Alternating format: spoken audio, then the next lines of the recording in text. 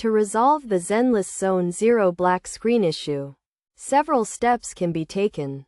The problem may be caused by outdated Windows or corrupted game files.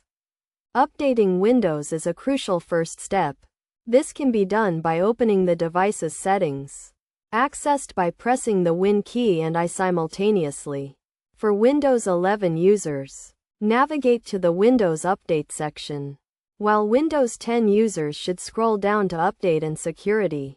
From there, look for available updates and download and install them if necessary. Additionally, verifying the game files is essential. For users who have downloaded Zenless Zone Zero from the Epic Game Store, locate the game, then click on the three dots in the bottom right corner and select Manage. A new window will appear, where the option to verify files can be chosen. Allow a few minutes for the process to complete, during which the launcher will check for and replace any corrupted or missing files. By following these steps, the Zenless Zone Zero black screen issue should be resolved.